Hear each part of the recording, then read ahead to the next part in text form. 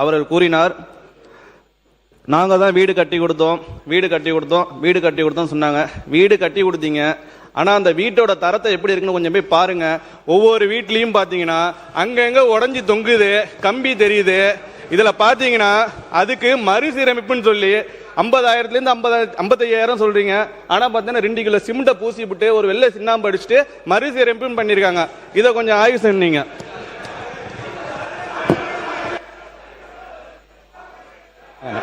மாண்புமிகு ரெட்டியார்பட்டி ராணன் பேசுங்க.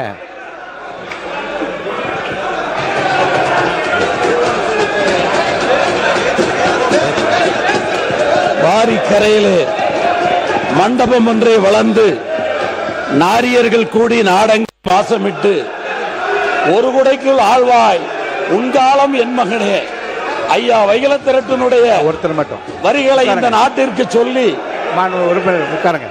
யாராவது ஒருத்தர் உட்காருங்க. மாண்புமிகு உறுப்பினர் கே என் நேரு அவர் பேசுறாரு. உறுப்பினர் கே என் நேரு உட்காரு. மற்றவங்களாம் உட்காருங்க.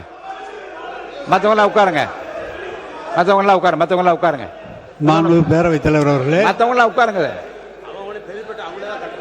மாண்புமிகு பேரவைத் தலைவர் அவர்களே, மாண்புமிகு வேளாண் துறை அமைச்சர் சொன்னார், கடந்த காலத்தில் கட்டப்பட்ட வீடுகள் எல்லாம் பழுதுபட்டு இருக்கிறது, அது உங்களால் சரியாக பழுதுவாக்கவில்லை என்றெல்லாம் சொன்னார்கள். உங்களுக்கு தெரியும், 1986ஆம் ஆண்டிலிருந்து இந்திரா காந்தி அவர்களுடைய காலத்திலிருந்து அந்த வீடு 13,000 ரூபாயில் ஆரம்பிக்கப்பட்டது. அப்போல்லாம் நாங்கள் சேர்மன், அவரும் சேர்மன், அவர் அந்த ஊர் சேர்மன், நான் புள்ளம்பாடி சேர்மன். 13,000 ஆரம்பிக்கப்பட்டு 3 லட்சம் ரூபாய் வரை நேரடியாக அரசாங்கமும் கான்ட்ராக்டுக்காரங்களோ கட்டுறதில்லை. அது இந்த பயனாளி பெருமக்களே கட்டுவது. அதுதானே தவிர பயனாளிகள் ஒவ்வொருவர் கூடுதலாக காசு பணத்தை போட்டு கட்டுகிறார்கள். ஒருவரோட பணம் இல்லை என்று சொன்னால் இருக்கிறதை வைத்து கட்டுகிறார்கள். அதற்கு தான் பிறகு தலைவர் தளபதி இருக்கும்போது சரி, கலைஞர் இருக்கும்போது சரி, ஏற்கனவே கட்டப்பட்ட சமத்துவபுர வீடுகள் எல்லாம் பழுது பார்ப்பதற்கென்று அதற்கென்று தனியாக நிதி ஒதுக்கி அரசு சார்பாக நிதி ஒதுக்கப்பட்டது. எனவே நீங்கள் கூட இப்போது 70,000 வீடுகள் 5 லட்சம் ரூபாய் செலவில் இந்த அரசு வழங்கி இருக்கிறது. இதை இன்னைக்கு ஏற்கனவே நம்முடைய அமைச்சர் அவர்கள் நேரடியாக சென்று பார்த்தார்கள். எல்லாம் பேஸ்மெண்ட் அளவில் இருக்கிறது என்றெல்லாம் சொல்லி இருக்கிறார்கள். அது பயனாளிகள் பெருமக்கள் அவர்களுடைய சௌகரியத்துக்கு கட்டி கொண்டு வருகிறார்கள். நீங்களாவது நல்ல முறையில் அந்த 5 லட்சத்தில் கட்டியிருக்கிறீங்க. நாளைக்கு உங்களை பார்த்து நீங்கள் கட்டினது சரியில்லைன்னு சொல்லாத அளவுக்கு நீங்கள் பார்த்துக்குங்க. அவ்வளோதான் சார். ஓகே, நாங்கள் தெரிஞ்சுக்கிறோம். நாங்கள் தெரிஞ்சுக்கிறோம்.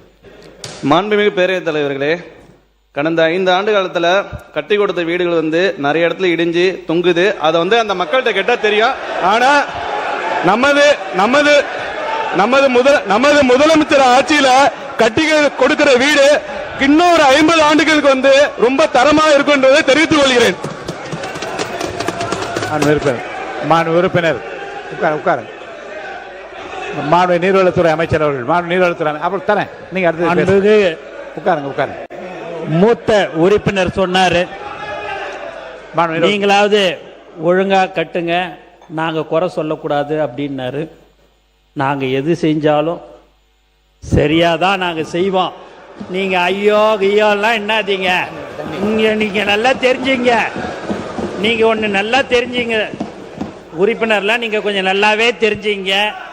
இனி நீங்க கனவு கண்டா கூட இனிமேல் பட்டு நீங்க ஆட்சிக்கு வர முடியாது என்பதை தெளிவா சொல்லிக்கிறோம். புரியுதுங்களா? நீங்க இல்ல நீங்க அவர் மாண்புமிகு உறுப்பினர் அவருக்கு என்ன சொன்னாரு, நீங்களாவது குறை சொல்லாத அளவுக்கு கட்டுங்கன்னு சொன்னார். அதை தான் நாங்க சொல்றோம். கண்டிப்பாக நாங்க தரமானதமா தான் கட்டுவோம். அதுக்கு தான் இந்த 5 லட்சம் ரூபாய். இதுங்க கலவைக்கு தான் நாங்க போய் பார்த்துட்டு தான் சொல்றேன்.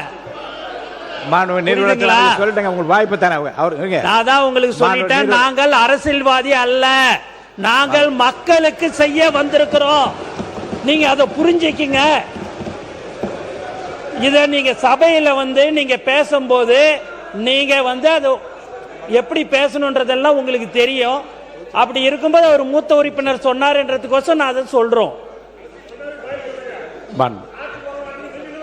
உட்காருங்க.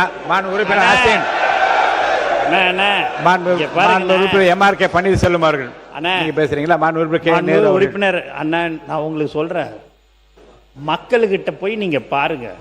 நீங்க இவ்வளவு காலம் இருங்க. நாங்க இப்போ 3 மாசம் தான் ஆச்சு.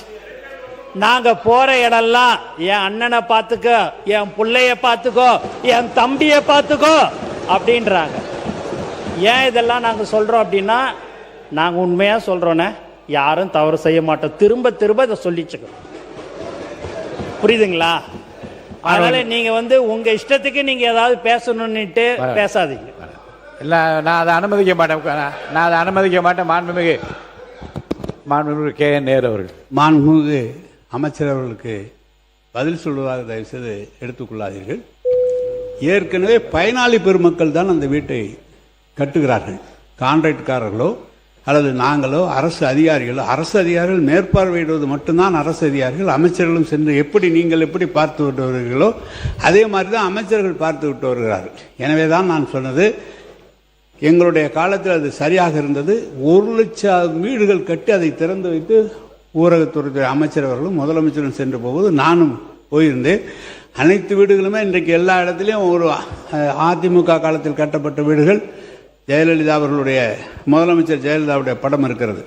எங்களுடைய காலத்தில் கட்டப்பட்ட வீடுகளுக்கு கலைஞருடைய படம் போட்டு அங்கே வீடு கலைஞர் திட்டம் என்று வீடுகள் போட்டு எங்கு சென்றாலும் கிராமத்தில் செல்லும் போது அந்த வீடுகள்லாம் நன்றாக தான் இருக்கிறது.